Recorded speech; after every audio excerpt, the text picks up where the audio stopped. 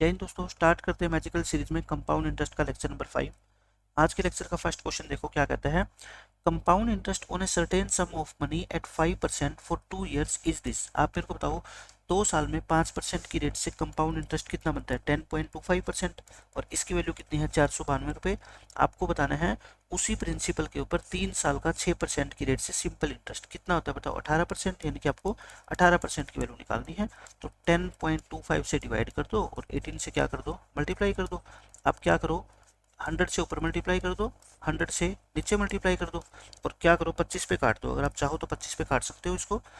25 पे काटोगे तो 25 चौके 100, और ये कितना आएगा आपका 1, और 25 को 7 पे काटोगे और ये 2 पे है ना, ये 41 पे आपका कट जाएगा, 41 और 12 यानी कि 12 इंटू 72। 12 इंटू 72 आप कर लो, आसानी से आपका क्या आ जाएगा आंसर 864, और ये आपके इस क्वेश्चन का आंसर है।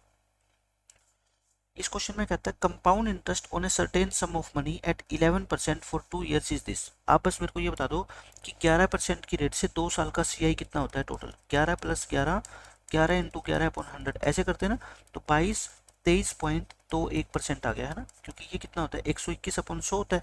तो 23.21% की वैल्यू अपने को क्वेश्चन में गिवन है कितनी, 9284, और अपने को निकालनी क्या है, सिंपल इंटरेस्ट निकालना है सेम रेट सेम टाइम के लिए। तो सिंपल इंटरेस्ट कितना होगा 22% होगा। तो देखो अपने को 22% की वैल्यू निकालनी है। बहुत आसान क्वेश्चन हो जाते हैं अगर इस तरीके से आप कंपाउंड इंटरेस्ट को सीखोगे तो ये मेरे को दिख रहा है 100 से अगर मैं ऊपर मल्टीप्लाई कर दूं और 100 से नीचे कर दूं ना, तो ये सीधा 4 पे कट जाएगा। पता है मेरे को क्यों लगा, क्योंकि 23 चौके 92, 23 की टेबल आपको आनी चाहिए। ये 4 पे कटेगा और 4 को 2200 से करोगे तो 8800 रुपये आपके इस क्वेश्चन का आंसर आ जाएगा। ये आपका ऑप्शन नंबर बी आ गया। तीसरे क्वेश्चन में देखो क्या कहता है, there is 100% increase to the principal amount in 8 years at simple interest. कहता है हम अगर सिंपल इंटरेस्ट पे कोई पैसा उधार देते हैं ना, तो 8 साल में प्रिंसिपल 100% इंक्रीज हो जाता है। मतलब कि 8 साल के अंदर हमारे को 100%, हमारे को क्या मिलता है 100% इंटरेस्ट मिलता है। एक साल में कितना मिलेगा 100/8, यानी कि 12.5% मिलेगा। 12.5 का मतलब क्या होता है 1/8। कहने का मतलब अगर आपसे रेट ऑफ इंटरेस्ट पूछी जाए तो कितनी हो जाएगी 1/8, यानी कि 12.5%। ये कहता है कंपाउंड इंटरेस्ट बताओ 1600 रुपये पे 2 साल का at the same rate of interest. अब देखो इसमें अगर आप सक्सेसिव लगाने की कोशिश करोगे ना तो बहुत मुश्किल हो जाएगा क्वेश्चन। क्यों, क्योंकि डेसिमल के अंदर आ गया। तो इसमें कंपाउंड इंटरेस्ट 1/8 है रेट, तो 8 से 9 हो जाएगा। 8 से कितना होगा 9, यानी कि 64 से हमारा पैसा कितना आ गया 81। लेकिन आपको तो सीआई बताना है, सीआई कितना है बताओ 17।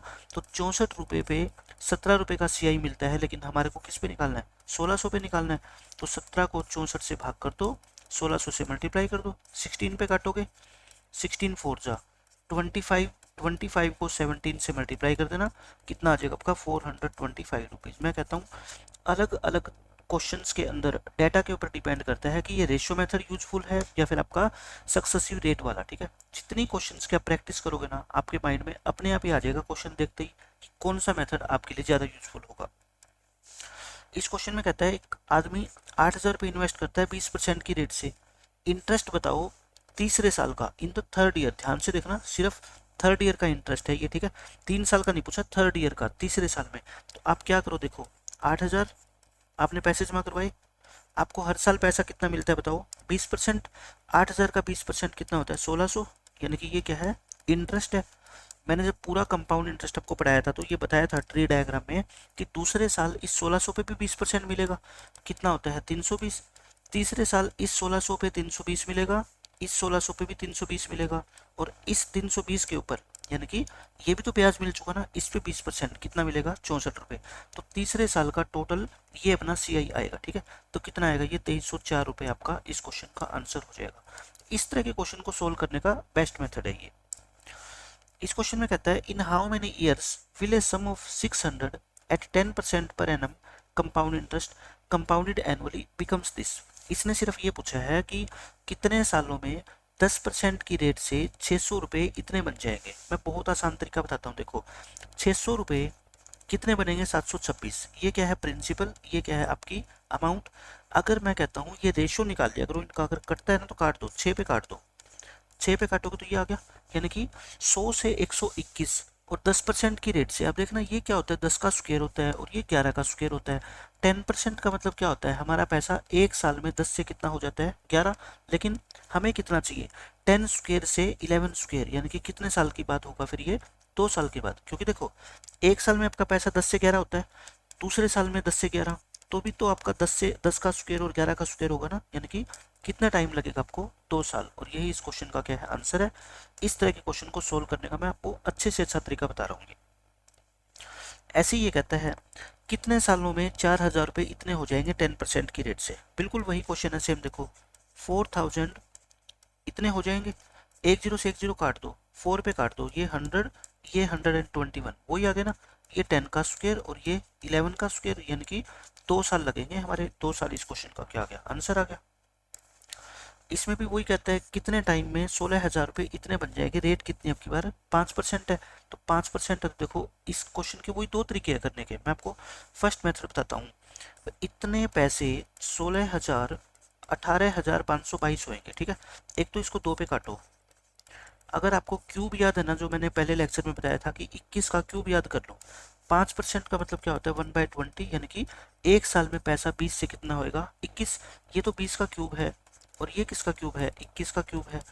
एक साल में तो 20 से 21 होता था, तो दूसरे साल में 20 से 21, तीसरे साल में 20 से 21, तो क्यूब कितने साल में बनेगा बताओ, 3 साल में बनेगा ना। तो अपना आंसर कितना आएगा, 3 ईयर आ जाएगा इस क्वेश्चन का, ऑप्शन नंबर ए। इसमें आपसे कहता है क्वेश्चन में 100% इंक्रीज है, ये हम मैं करवा चुका आपको फर्स्ट लेक्चर, लास्ट लेक्चर के अंदर हो गया हमारा ये क्वेश्चन। इसमें कहता है कि एक प्रिंसिपल है, एक principal sum amount to this time of the sum, यानी कि अगर हम 1 रुपये जमा कराते हैं तो वो 2.25 बन जाता है कितने साल में, 2 साल में, कंपाउंड इंटरेस्ट से। आपको रेट ऑफ इंटरेस्ट बतानी है। देखो बहुत आसान क्वेश्चन है। मैं कहता हूँ 1 रुपये अगर आप जमा कराओगे प्रिंसिपल, तो उसकी अमाउंट कितनी बन जाएगी बताओ, अमाउंट बन जाएगी 2.25, दोनों तरफ 100 से मल्टीप्लाई कर दो, ठीक है, पॉइंट को हटा दो।